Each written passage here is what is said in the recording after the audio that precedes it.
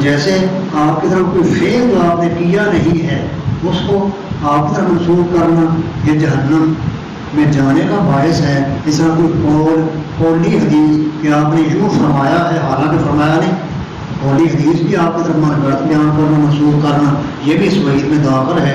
امام بخاری اس حدیث کو اس لیے لائے ہیں سلمہ بن اقویٰ کی حدیث کو یہ بیان کرنے کے لیے جیسے فعلی حدیث جھوٹی بیان کرنا جہنم میں جانے کا باعث ہے، اس طرح قولی حدیث غلط اور جھوٹی بیان کرنا یہ بھی جہنم میں جانے کا باعث ہے. کہ ایک بات اللہ کے پیغمبر کے نام سے آپ کہتے ہیں کہ آپ نے یوں فرمایا حالانکہ فرمایا نہیں، اور فرمایا ہو یقین ثابت ہو پھر بیان کریں. ایسی بات بنا کر آپ سے منسوخ نہ کریں جو آپ نے کہی نہیں ہے. یہ حدیث اس میں قول کی صراحت ہے کہ فعلی کی طرح قولی حدیث بھی آپ کی طرف منسوخ کرنا جبکہ آپ سے ثابت نہ ہو یہ بھی کبیرہ گناہ ہے، جہنم میں لے جانے والا ہے. یہ اس لیے رائے پہلی حدیث عام تھی، یہ خاص ہے قول کے ساتھ. جو کہے گا مجھ پر وہ بات جو میں نے کہی نہیں ہے وہ اپنا مقام جہنم میں بنائے گا. اور یہ تبو یا تو امر تحدید کے لیے ہے یا امر گمان خبر ہے تو اپنا ٹھکانا جہنم میں بناتا ہے. امر گمان خبر یا پھر یہ امر اپنے معنی میں ہی کر لیں اور یا وہ نفسہ ہو بالتبوء فی النار وہ اپنے آپ کو حکم دے جہنم میں ٹھکانا بنانے کا.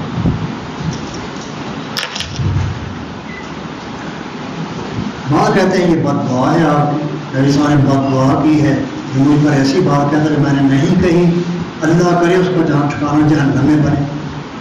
بعض اس کو بد دعا پر معمول کرتے ہیں، بعض تحدید پر، بعض امر گمان خبر بناتے ہیں، بعض کہتے ہیں امر اپنے معنی میں ہے. لیکن صحیح بات یہ ہے کہ امر گمان خبر ہے کیونکہ بعض حدیثوں میں خبر کا لفظ آتا ہے. من تازہ بازی کیا یار جن نار جو ان پر جھوٹ بولتا ہے جہنم میں داخل ہوگا. یار جن نارا یارے جو یہ خبر ہے امر تو نہیں، والا جو یار جو ادارے ہیں امر کے سیگے وہ غیر ہیں. جب بعض حدیثوں میں خبر کا سیگا آتا ہے من تازہ بازی یا یار جن نارا تو جب وہاں خبر کا سیگا تو اس امر کو بھی خبر پر معمول کرنا راجی ہے. تو اپنا ٹھکانا جہنم میں بنا رہا ہے وہ پر جھوٹ باندھنے والا. آگے حدیث قال حدثنا موسى قال حدثنا زهير عن مسلم عن ابي صالح عن ابي هريره عن النبي صلى الله عليه وسلم قال تسموا باسمي ولا تكتموا وكنيتي ومن رآني في المنام فقد رأى فإن الشيطان لا يتمثل في صورته ومن كذب عليه متعمدا فليتبرأ مقعده. یہ حدیث امام بخاری لائے ہیں اس باب میں 5ویں حدیث حضرت ابو ہریرہ رضی اللہ تعالیٰ عنہ سے. اور یہ لانے کا مقصد یہ ہے جیسے بیداری میں اللہ کے پیغمبر کی طرف غلط بات منسوخ کرنا کبیرہ گناہ ہے. اس طرح خواب غلط بیان کرنا، خواب آیا نہیں یہ کہتا میں نبی صاحب کو ملا، میں نبی صاحب خواب میں ملے حالانکہ ملے نہیں، جھوٹ بولتا ہے. تو جھوٹا خواب نبی صاحب کے بنسبت بیان کرنا یہ بھی اس میں داخل ہے. جیسے بیداری میں نبی صاحب سے کوئی غلط بات منسوخ کرنا جائز نہیں ہے. نبی صاحب نے یوں فرمایا حالانکہ فرمایا نہیں، کہ نبی صاحب نے ایسے کیا حالانکہ کیا نہیں، یہ کبیرہ گناہ ہے. اس طرح جھوٹا خواب نبی صاحب کی نسبت سے بیان کرنا یہ بھی اس وعید میں داخل ہے. کیونکہ خواب نبوت کا حصہ ہے، نبوت کا حصہ ہے خواب. لہٰذا خواب جب نبوت کا حصہ تو نبوت میں جھوٹ بولنا کبیرہ گناہ ہے. لہٰذا جھوٹا خواب بیان کرنا بھی جائز نہیں، اس میں خواب کا ذکر ہے. یہ حدیث اس لیے لائے بیان کرنے کے لیے کہ جھوٹا خواب نبی صاحب کی نسبت سے بیان کرنا یہ بھی اس وعید میں شامل ہے. ابو ہریرہ رضی اللہ تعالیٰ عنہ سے مروی ہے اور نبی اکرم صلی اللہ علیہ وسلم سے بیان کرتے ہیں کہ آپ نے فرمایا تسموا باسمی ولا تقتلوا بکنیتی، نام رکھو تم میرے نام کے ساتھ اور نہ کنیت رکھو میری کنیت کے ساتھ. نبی صاحب کا نام محمد صلی اللہ علیہ وسلم، آپ کی کنیت ابو القاسم تھی. تو آپ نے اپنا نام رکھنے کی اجازت دی ہے، کنیت رکھنے کے سے روک دیا ہے کہ محمد نام رکھ لیا کرو لیکن کنیت میری ابو القاسم نہ رکھنا. اس میں وضاحت ہے وہ یہ کہ اس حدیث کا ایک سبب ہے جس کی وجہ سے آپ نے کنیت رکھنے سے روکا. اس باب یہ ہے کہ نبی السلام ایک دفعہ بازار میں سے گزر رہے تھے. ایک دکاندار نے اپنے ساتھی کو بلایا. اس ساتھی کی کنیت ابوالقاسم تھی. جو نبی السلام کی کنیت ہے وہ دکاندار کی کنیت تھی ابوالقاسم.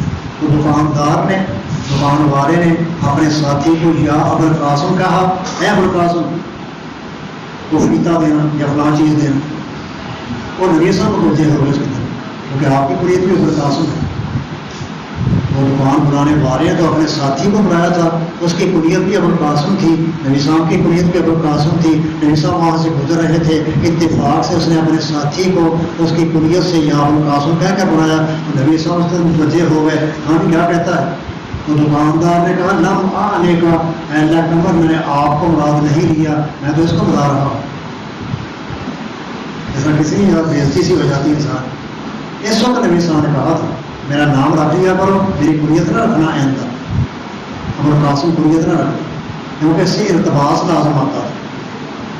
وہ ابوالقاسم کنیت رکھیں گے, ساتھی اپنے ساتھی کو ابوالقاسم کہہ کر بلائے گا, نبی صاحب کو موقع آ جائے گا شاید مجھے بلا رہا ہے, اس لیے آپ نے ابوالقاسم کنیت رکھنے سے روک دیا. لیکن نام رکھنے کی اجازت دے دی کہ محمد نام رکھ لیا کرو. کیوں؟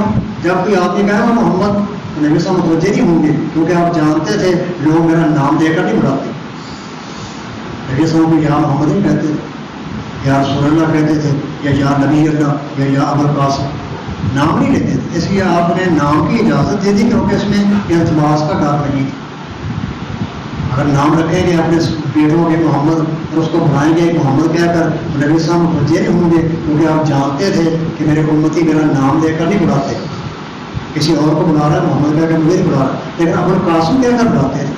ابوالقاسم کنیت میں التباس لازم آتا تھا, جیسے آپ نے سے روک دیا. ابوالقاسم لوگ رکھتے, لوگ اپنے ساتھی کو ابوالقاسم کہہ کر بلاتے تو آپ متوجہ ہو جاتے آپ کی امید بھی ابوالقاسم تھی, اور ابوالقاسم کہہ کر لوگ آپ کو مخاطب بھی کرتے تھے. یہ ہے کہ آپ نے نام رکھنے کی اجازت دے دی, کیونکہ نام میں التباس لازم نہیں آتا تھا. کنیت رکھنے سے روک دیا کیونکہ کنیت میں التباس لازم آتا ہے. اب جب وجہ التباس ہے تو آپ کی وفات سے کنیت کا التباس بھی ختم ہو گیا. نبی صاحب جب فوت ہو گئے ہیں اب یہ التباس تو نہیں رہا ابوالقاسم والا, لہٰذا آپ کی وفات کے بعد ابوالقاسم کی کنیت رکھی جا سکتی ہے.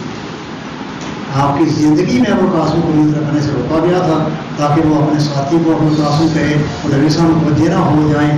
آپ نے روک دیا کنیت سے, نام کی اجازت دی.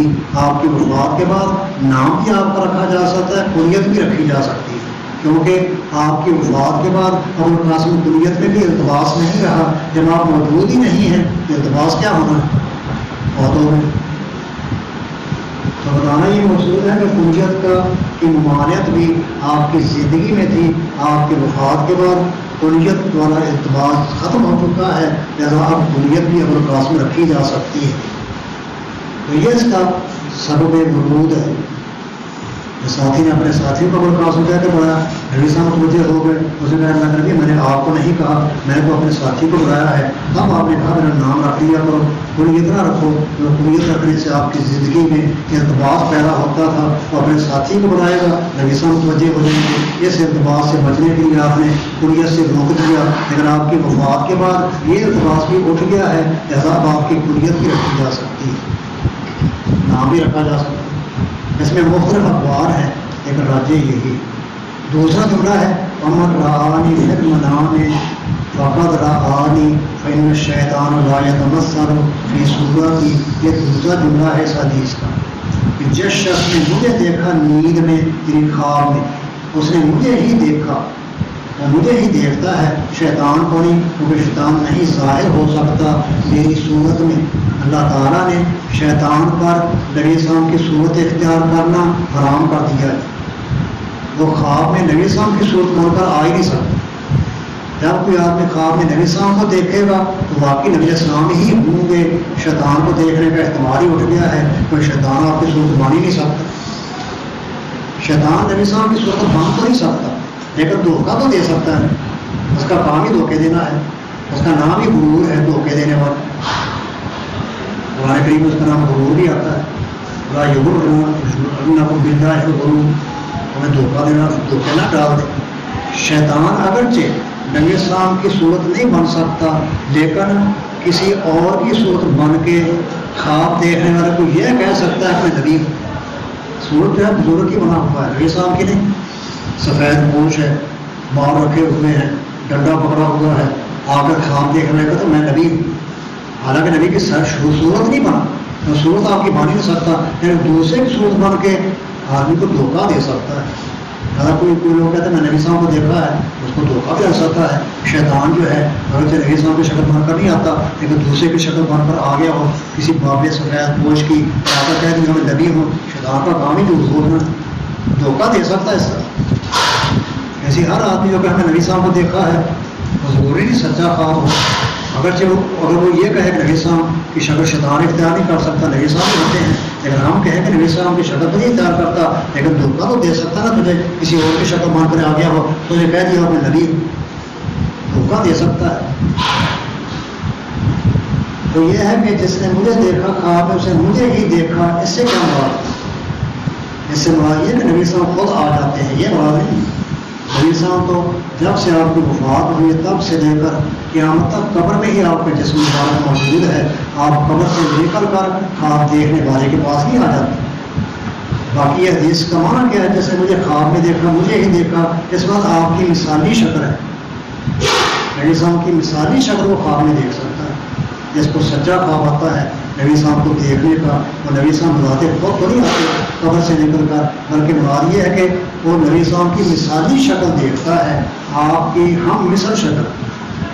ذات خود نفس نفیس نبی صاحب نہیں آ جاتے جیسے بریلوی سمجھ لیتے ہیں یہ نبی صاحب آتے ہیں. ہم کہتے نہیں آتے، کہتے ہیں اگر خواب میں کون آتے ہیں؟ بھائی لوگ نبی صاحب کو خواب میں دیکھتے ہیں، نبی صاحب آتے ہیں تو دیکھتے ہیں، وہ سمجھتے ہیں شاید نبی صاحب ذات خود آ جاتے ہیں. ذات خود نہیں آتے، آپ اپنی قبر میں ہی موجود ہیں. قیامت تک آپ نے سب سے پہلے قیامت کے دن قبر سے نکلنا ہے، اس سے پہلے نکلنا ہی نہیں. کیا نکل کر اس کے پاس آ جائیں، اس کے پاس آ جائیں، ان کی میراث کی مجلس میں آ کر کرسی پر بیٹھ جائیں. میراث کی مجلس میں ایک کرسی خالی رکھتے ہیں لوگوں کو دھوکہ دینے کے لیے. نبی آتے ہیں اور یہاں بیٹھتے ہیں، آپ آتے ہیں بیٹھتے نظر کیوں نہیں آتا؟ انسان کی زندگی میں جب آپ آتے تھے جاتے تھے لوگ دیکھتے تھے، اب بھی اگر آتے جاتے دیکھنا چاہیے. یہ بغاتے دیے ہوئے دھوکے دیے ہوئے لوگوں کو نبی آتے ہیں. نبی السلام قیامت سے پہلے قبر سے نکل کر آ ہی نہیں سکتے.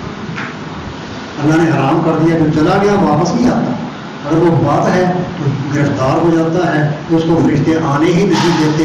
اگر وہ نیک ہے جنتی تو اس کو جنت کی نعمتیں چھوڑ کر دنیا میں ان کے چاول یا دلیے کھانے کے آنے کی کیا ضرورت؟ جنتی آنا ہی نہیں چاہتا، اور جو بات ہے اس کو آنے نہیں دیتے تو کون آتا ہے؟ کوئی نہیں آتا.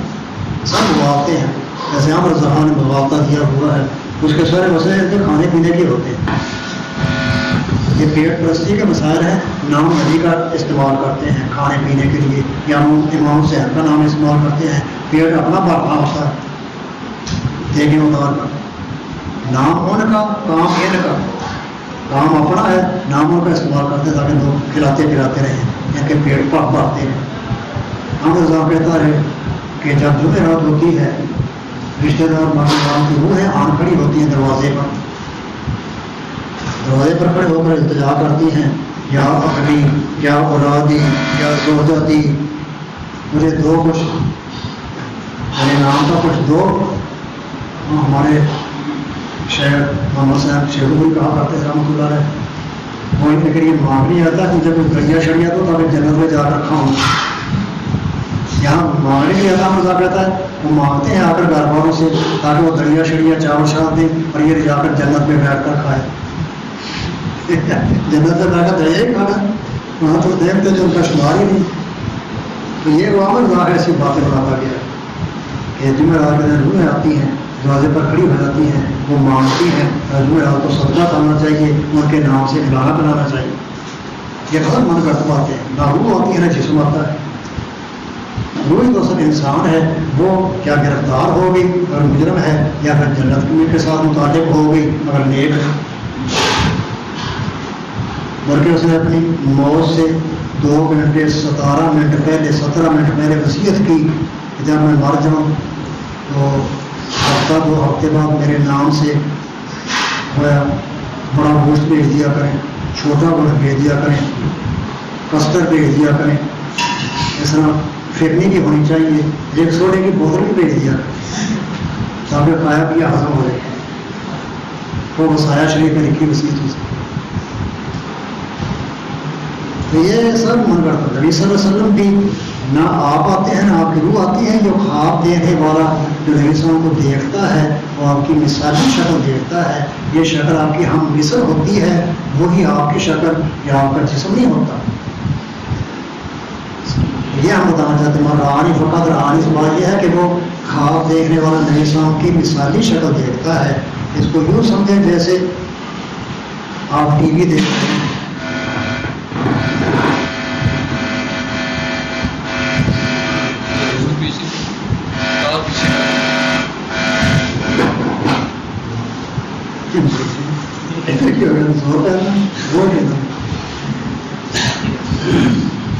جیسے آپ ٹی وی دیکھتے ہیں، اس میں ٹی وی اسٹیشن پر بولنے والے کی تصویر دیکھتے ہیں.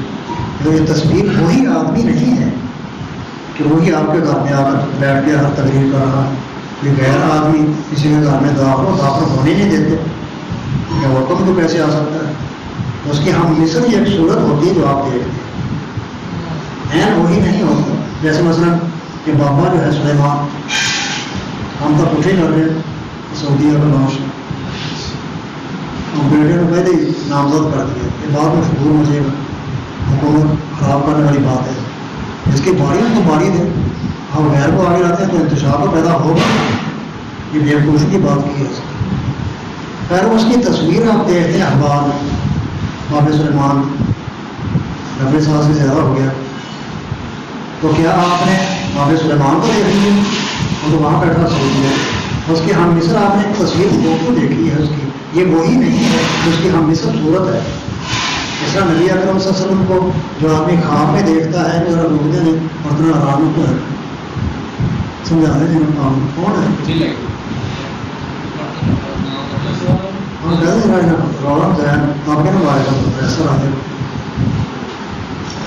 تو نبی السلام کی جو تصویر یا آپ کو خواب میں دیکھتا ہے، باقی خواب میں دیکھتا ہے، اس کو مانتے ہیں. نبی السلام کو دیکھنے والا نبی السلام کو ہی دیکھتا ہے، کسی اور کو نہیں. کیونکہ کوئی اور وہ آپ کی شکل اختیار نہیں کر سکتا شیطان. لیکن یہ نبی السلام بذات خود نہیں آ جاتے، بنفس نبی آپ کی مثالی شکل دیکھتا ہے خواب میں. جس کو یوں بھی آپ سمجھ سکتے ہیں اس آپ کا رشتہ دار ہے، وہ اسلام آباد رہتا ہے یا کسی اور شہر میں رہتا ہے، آپ یہاں رہتے ہیں، رات آپ سوتے ہیں، خواب میں اپنے اسلام آباد رشتہ دار کو دیکھتے ہیں، یہاں ملتے ہیں اس کو. کیا وہ خود آ گیا آپ کے پاس؟ وہ تو وہاں اسلام آباد میں بیٹھا ہوا. آپ صبح اس کو فون کریں، بھائی جان آپ لاہور آئے تھے رات، میں پاگل ہو گیا، میں تو یہاں بیٹھا ہوں، مہینے سے کبھی نکلا ہی نہیں، کورونے سے جاتا ہوں. تو پھر وہ آپ نے خواب میں دیکھا اپنے رشتہ دار کو جو اسلام آباد میں رہائش پذیر ہے، تو آپ نے اس کو بذات خود نہیں دیکھا کہ وہی آ گیا ہے. اس کی آپ نے مثالی شکل دیکھی ہے خواب میں. وہ بنفس نفیس آپ کے پاس خواب میں نہیں آتا.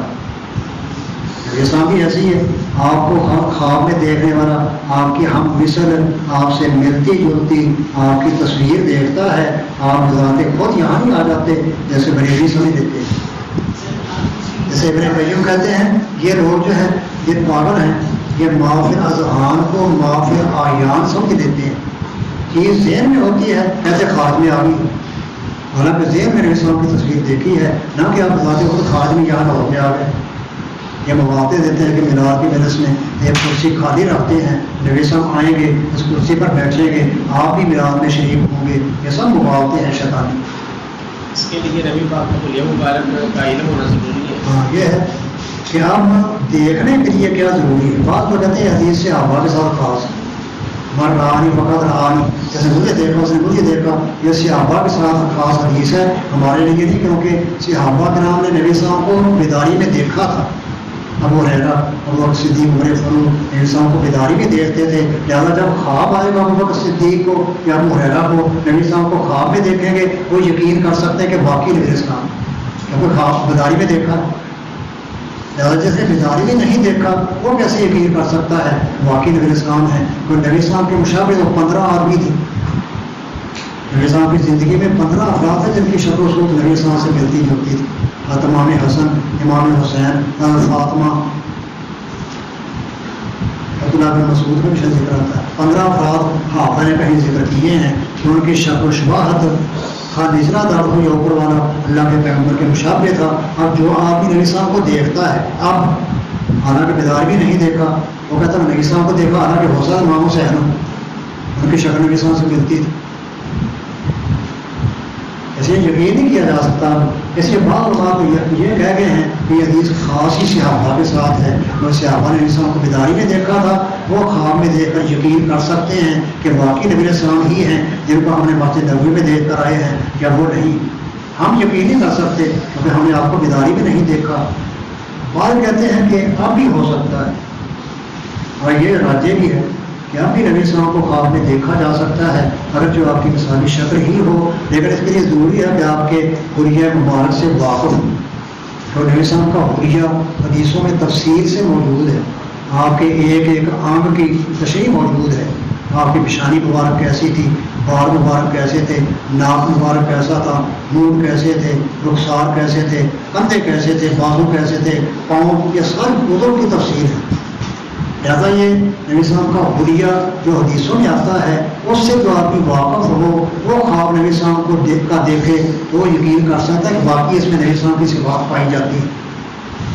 اگر نبی صاحب کی صفات ہی پائی جاتی نبی صاحب نہیں ہو سکتے، یہ کوئی اور ہے جو شیطان نے نبی کہہ کر آپ کے سامنے پیش کر دیا. اس لیے حلیہ سے واقف ہونا ضروری ہے، تب آدمی یقین کر سکتا ہے کہ واقعی میں نے نبی صاحب کو دیکھا ہے اور یہ آپ کی تصویر جو میں نے خواب میں دیکھی ہے آپ کے بیان کردہ حلیہ کے مطابق ہے. اب کئی لوگ کہتے ہیں میں نے نبی صاحب کو دیکھا ہے. میں نے پوچھا آپ کی داڑھی مبارک کیسے؟ کہتا سفید. بہت ہو گئی، نبی صاحب کی داڑھی سفید ہوئی نہیں، آپ کی داڑھی تو آخر تک کالی رہی ہے، چند بار سفید ہوئی. تو حلیہ سے واقف ہو تو پتا چلے گا واقعی نبی صاحب ہے. یہ تب ہے یا تو صحابہ کے ساتھ خاص ہے. اگر اس کو یہاں اب تک عام کرنا ہے پھر یہ ضروری ہے کہ آپ کے حلیہ سے مبارک ہو آپ کا خواب دیکھنے والا، وہ یقین کر سکتا ہے کہ واقعی آپ کی تصویر آپ کے حلیہ کے مطابق تھی یا نہیں تھی. اگر نبی صاحب کی شکل دیکھ کر ہو سکتا آپ کے مشابہ کو دیکھا، آپ کے مشابہ کے کئی افراد کئی صحابہ تھے جن کی جعفر کی شکل بھی آپ سے ملتی ہے.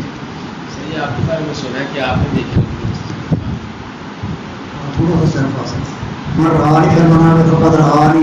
جس نے مجھے دیکھا خواب میں اس نے مجھے ہی دیکھا.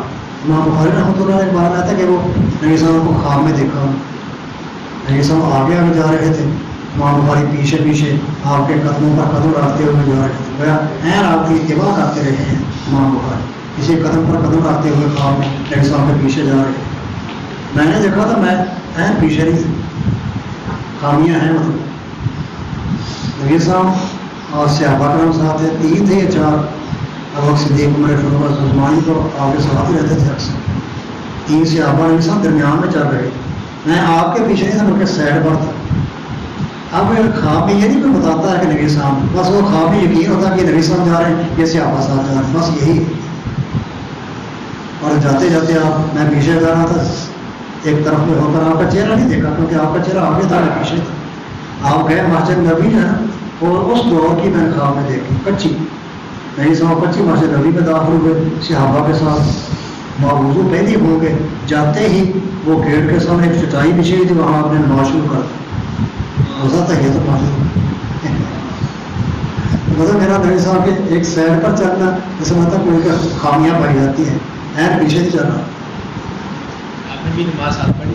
خامیوں کو بہت دور کرنا چاہیے. نماز آپ نے بھی ساتھ پڑھی؟ میں ایسا تو ختم ہو میں باہر تھا، ایسے خواب شروع کر دی، یہاں خواب ختم ہو. تو خیر یہ ہے کہ یہ خواب میں اگر بتایا لیکن وہ خواب میں یقین ہو جاتا کہ یہ کون ہے یہ کون ہے، اس کے مطابق پھر بیان کیا جاتا. میرے ساتھ کپڑے بالکل سادہ تھے جیسے لٹھا آئیے خطر ساتھ بیٹی ہوئی چہرہ آپ نہیں دیکھا تو آپ آگے تھے پوچھے یہ خواب دیکھا ہے. باہر یہ ہمارا رہا پھر منع فقات رہانی، جو مجھے خواب میں دیکھتا ہے مجھے ہی دیکھتا ہے کیونکہ شیطان نہیں ظاہر ہو سکتا میری صورت میں. جب شیطان نبی السلام کو شکل نہیں بن سکتا تو نبی السلام کو دیکھے گا واقعی نبی السلام ہی ہوں گے، بشرطے کہ یہ حلیے سے واقف ہو یا پھر صحابی ہو. جس کو یقین ہو سکے کہ واقعی یہ نبی اسلام ہی ہیں، کوئی ان کا مشابہ نہیں ہے۔ ایک حدیث میں آتا ہے مرانی پھر منام فسیرانی پھر یقظت، جو آدمی مجھے خواب میں دیکھتا ہے ان قریب بیداری میں دیکھ لے گا۔ اس کے دو معنی کرتے ہیں، ایک معنی تو یہ کہ یہ حدیث نبی صلی اللہ علیہ وسلم کی زندگی سے خاص ہے کہ جو آدمی مدینے سے باہر رہتا ہے دوسرے شہر میں طائف وغیرہ میں نبی صلی اللہ علیہ وسلم کو خواب میں دیکھتا ہے، ان قریب وہ مدینے میں جا کر نبی صلی اللہ علیہ وسلم کو بھی دیکھ لے گا۔ فسیرانی پھر یقظہ سے یہ مراد ہے کہ جو آدمی مجھے خواب میں دیکھتا ہے ان قریب مجھے بیداری میں دیکھ لے گا۔ یہ ہے نبی صلی اللہ علیہ وسلم کی زندگی سے خاص ہے کہ باہر کا کوئی آدمی خواب دیکھتا نبی صلی اللہ علیہ وسلم کا ان قریب وہ آپ کو بیداری میں دیکھ لے گا مدینے میں جا کر، یہ بشارت ہوگی اس کے لیے تو ان قریب نبی صلی اللہ علیہ وسلم کی دیدار یا ملاقات کرنے والا۔ بعض کہتے ہیں کہ فسیرانی یقظہ سے مراد قیامت کا دن ہے کہ جو مجھے خواب میں دیکھتا ہے تو ان قریب مجھے قیامت کے دن بھی دیکھ لے گا۔ فسیرانی سین استقبال کے لیے مراد سے قیامت کا دن ہے کہ قیامت کے دن یہ خواب دیکھنے والا نبی صلی اللہ علیہ وسلم کی زیارت کر لے گا۔ لیکن اس پر اعتراض ہے کہ نبی صلی اللہ علیہ وسلم کی زیارت تو سارے اہل مسلمان کریں تو ایمان والے مخلص سارے زیارت کریں گے، پھر خواب دیکھنے والے کی کیا تخصیص ہوئی کہ جو مجھے خواب میں دیکھتا ہے قیامت کو دیکھ لے گا، قیامت کو تو باقی بھی دیکھیں گے جن کو خواب نہیں آئے۔ اس کا جواب دیتے ہیں کہ اس کو علاوہ تقریب اعزازی طور پر زیارت کرائی جائے گی خاص طور پر، باقی عمومی طور پر دیکھیں۔ پھر اس حدیث کا یہ معنی ہے بعض لوگ سمجھ لیتے ہیں کہ نبی صاحب خود آتے ہیں، بلکہ وہ تو نبی صاحب کے ساتھ خاص نہیں کرتے بلکہ دوسروں کو بھی کہتے ہیں کہ دوسرے بزرگ بھی آ جاتے ہیں ہماری مدد کرتے ہیں، لہٰذا وہ یا عباد اللہ ہے آئینونی کہتے ہیں، اے اللہ کے مدد میری مدد کرنا، ان سے مدد مانگتے ہیں۔ حالانکہ جب انسان دنیا سے رخصت ہو جاتا ہے، فوت ہو جاتا ہے، نبی علیہ السلام کیوں نہ ہوں، وہ تکالیف شرعیہ سے بری ہو جاتے ہیں، مکلف نہیں رہتے۔ جب مکلف ہی نہیں ہے تو آپ ان سے مدد کیسے مانگتے ہیں؟ وہ مکلف ہی مدد کیسے کریں؟ مکلف ہو تو مدد کریں، آپ تو وفات کے بعد مکلف ہی نہیں رہے، لہٰذا آپ سے یا کسی اور فوت ہونے والے سے مدد طلب کرنا لغو ہے، بے فائدہ ہے۔ وہ تو مددیں کرنے کے یا کسی کے کام آنے سے بری ہو گئے ہیں، مکلف رہے ہی نہیں ہیں، ان سے مدد کیسے مانگی جا سکتی ہے؟ یہ روایت جو آتی ہے یا عباد اللہ آئینونی، یہ روایت ضعیف ہے۔ ہمارے نواز صاحب کو غلطی لگی، نواز صدیق الحسن خان، وہ اپنی ایک کتاب میں لکھتے ہیں کہ ہم سفر میں تھے، گاڑی پر جا رہے تھے، ہماری گاڑی جو ہے وہ نالے میں گر گئی، نواز صاحب کہتے ہیں نالے میں گر گئی، ہم نے کہا یا عباد اللہ آئینونی، اور جا کر گاڑی نکل کر گڑے پر آ سڑک پر آ، اللہ کے بندے نے اٹھا کے باہر آتی ہو۔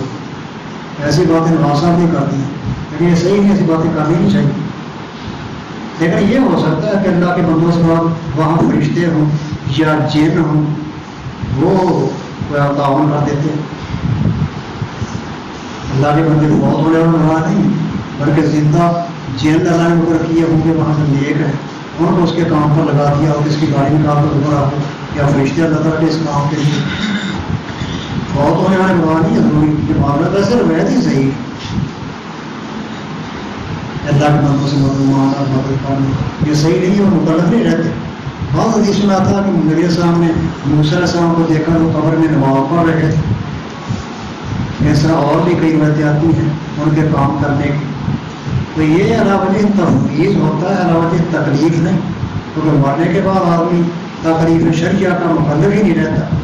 تفویض ہو سکتی ہے کہ اللہ نے ان کو اس کام پر لگا دیا، جیسے فرشتے اللہ کے مقرر ہیں، کوئی جان نکالنے پر، کوئی بندوں کی حفاظت پر، موت کے بعد میرا یہ میں خلفی یہ موت کے بعد ہوتے ہیں جو اس کی حفاظت کرتے ہیں، چوکیدار، اس طرح جان نکالنے والے فرشتے، اس طرح کرامت پاتے بھی اللہ نے ان کے سپورٹ یہ کام کیے ہیں، اس لیے کرتے ہیں، بطور تکلیف نہیں، بطور تفویض ایسے کام ہوتے ہیں اللہ کے سپورٹ کرنے سے، ورنہ انسان فوت ہونے کے بعد مکلف نہیں رہتا۔ تو خیر یا عباد اللہ ہے آئینونی روایت ہی ضعیف ہے، اور اگر اس کو لینا ہی ہے تو پھر اس سے مراد فرشتے یا جن ہو سکتے ہیں جن کو اللہ اس کے تعاون کے لیے بھیج دیتا ہے، ورنہ فوت ہونے والے تو فوت ہونے کے بعد واپس آ ہی نہیں سکتے، قیامت کے دن سب سے پہلے وہ اٹھائے گئے. تو فسیرانی پھر یکدا ان کی مجھے بیداری میں دیکھنے کا خواب دیکھنے والا یا تو صحابہ کے ساتھ نبی صاحب کی زندگی سے خاص ہے یا پھر قیامت کو دیکھنا مراد ہے. اس حدیث سے جو مجھے خواب میں دیکھتا ہے قیامت کے دن بھی دیکھ لے گا. اور نبی صاحب کو دیکھنا یہ آپ کی مثالی شکل ہوتی ہے. حقیقتاً وہ نفس نفیس آپ قبر سے نکل کر نہیں آ جاتے جیسے عام لوگ سمجھ لیتے ہیں. ابن قیم کہتے ہیں یہ لوگ غلط ہیں، یہ معافر اذہان کو معافر آیان سمجھ لیتے ہیں. حالانکہ چیز ذہن میں ہوتی ہے، تصویر اس کی یہ سمجھتے کہ عین یعنی خارج میں باہر آ گیا. حالانکہ عقل سے کام لے تو اپنے خواب کو دیکھ لے، اور خواب میں کہ اپنے رشتہ دار کو دیکھے جو کراچی رہتا ہے وہ عین ذات خود نہیں آ، اس کی ہم اس کی شکل دیکھیے. اس نے خواب وہ تو کراچی میں بیٹھا ہوا ہے، رات رات یہاں جیسے پہنچ گیا رہا خواب اس کا دیکھتا ہے. جیسے یہ صورت ہے ویسے نبی اسلام کی کہ آپ کی مثالی شکل دیکھتا ہے خواب. تو جیسے مجھے دیکھا خواب میں اس نے مجھے ہی دیکھا، کیونکہ شیطان نہیں ظاہر ہو سکتا میری شکل و صورت میں. یہ دو جملے ہو گئے. تیسرا جملہ ہے جس کا باب سے تعلق ہے ومن کذب علی متعمدا فلیتبوأ مقعدہ من النار. جو مجھ پر جان بوجھ کر جھوٹ بولتا ہے، متعمدن سے خاتان نکل جائے، جو غلطی سے بھی ڈھونڈے کا بیان کر دیتا ہے پتہ ہی نہیں ہے، وہ اس وعید میں شامل نہیں. اگرچہ وہ بھی جائز نہیں، اسے بھی احتیاط کرنی چاہیے، تحقیق کرنی چاہیے. یہ غیر ثابت ہے نہیں، لیکن اگر قصدن ایسا نہیں کرتا تو اس وعید میں شامل نہیں جو اس حدیث میں ذکر ہوئی ہے. یہ تو تعمد میں وعید ہے کہ جو آمدن وہی پر جھوٹ بولے گا، جھوٹی روایت میری طرف منسوخ کرے گا، چاہیے کہ وہ اپنا ٹھکانہ جہنم میں بنا دے یا وہ اپنا ٹھکانہ جہنم کی آگ میں بناتا ہے. یہ حدیث امام بخاری لائے ہیں یہ بتانے کے لیے جیسے قول و فعل جھوٹا نبی صاحب تک منسوخ کرنا جائز نہیں ہے، اس میں جھوٹا خواب بنا کر بھی آپ کے نام سے بیان کرنا جائز نہیں ہے. خواب آیا نہیں ہے کہ تو میں نبی صاحب کو دیکھا ہے، یہ بیان کرنے کے لیے کہ جھوٹا خواب بھی نہیں بیان کرنا چاہیے نبی صاحب کے نام سے. یہ حدیث لائے ہیں. اس میں باقی چند مسائل ہیں، ایسے ذرا سمجھ آتا ہے جو ایسے صحیح ہے. پچھلا آواز آ رہی چند باتیں ہیں جو آدمی نبی صاحب کو خواب میں دیکھتا ہے کیا اس کو صحابی کہہ سکتے ہیں؟ تو نبی صاحب کو دیکھنے والے صحابہ تھے. آپ میں سے کسی نے نبی صاحب کو خواب میں دیکھا کیا آپ کو صحابی کہہ سکتے ہیں؟ نہیں.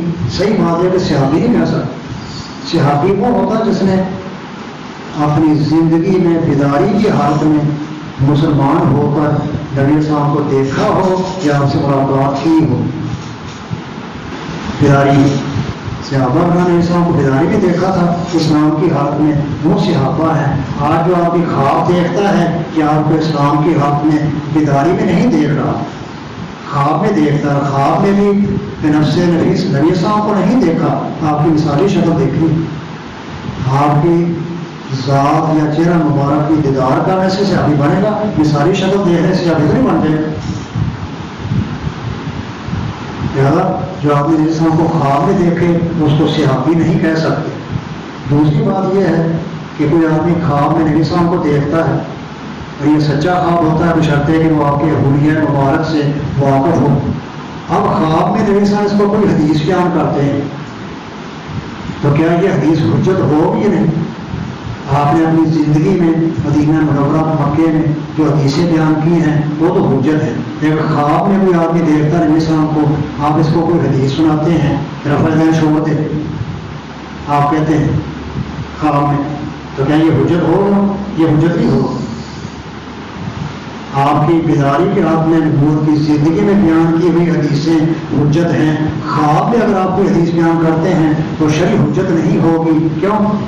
حدیث کے لیے حافظ ضابط ہونا شرط ہے. اور جیسے یہ شرط لگاتے ہیں کہ آدمی عادل ہو، حافظ ضابط ہو، اور نیند جو ہے وہ ضبط کی حالت نہیں، یہ ضبط کے خلاف ہے. لہٰذا یہ شرط نہیں پائی جاتی، کسی کو حدیث حجت نہیں ہوگی، اور ضبط والی شرط اس میں موجود نہیں ہے. خواب جو ہے نیند یہ کوئی ضبط کی یا حفظ کی صفت نہیں ہے، اس لیے خواب میں اللہ کے پیغمبر کوئی حدیث بیان کرے تو حجت نہیں ہو. جیسے بعض لوگ کہتے ہیں کہ ایک قاضی تھا جج، اس نے اپنے وقت کی علماء سے پوچھا مجھے بتاؤ ایک طرف حدیث اور اللہ کے پیغمبر کی کہ جج تھا وہ کہ ناراضگی کے حق میں فیصلے نہ کرو غضبان ہونے کی صورت میں، اور دوسری طرف مجھے خواب آ جائے کہ نبی صاحب نے کہیں کہ ناراضگی میں فیصلے کر لیا تھا، کیا حدیث پر عمل کرو یا خواب پر؟ میں کہا کہ حدیث پر عمل کرے، خواب کوئی حجت نہیں شرعی طور پر، ہاں نبی صاحب کے بارے میں ہی ہو۔ حدیث یہ ہے کہ غصے کے آپ نے لوگوں کے فیصلے نہیں کرنے چاہیے، لہٰذا اس حدیث پر آپ عمل کریں گے۔ خواب بھی اگر نبی صاحب ملتے ہیں اور کہتے ہیں غصے کے آپ نے فیصلہ کر لے، یہ حجت نہیں ہو۔ تو خواب جو ہے نیند میں آتا ہے، اور نیند یہ کوئی ضبط کی صورت نہیں ہے جبکہ حدیث کے لیے حفظ و ضبط کی شرط ہے۔ تو خواب میں کوئی حدیث اللہ کے کام بیان کرے، کسی کو شرابی آدمی کہتا مجھے خواب ہے نبی صاحب کا شراب پی لیا تھا، یہ حجت ہی بن جائے گی۔ آپ نے جو بیداری میں روکا ہے نبوت کی زندگی میں شراب سے، اس پر عمل کیا جائے۔ اور خواب میں کوئی حدیث سننا یہ حجت شرعیہ نہیں ہو۔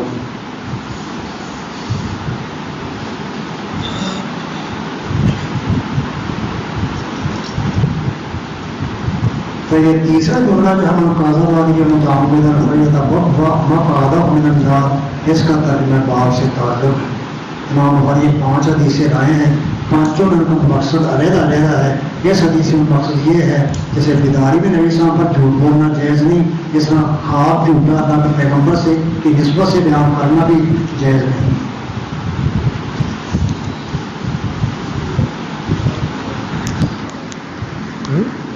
کوئی نہیں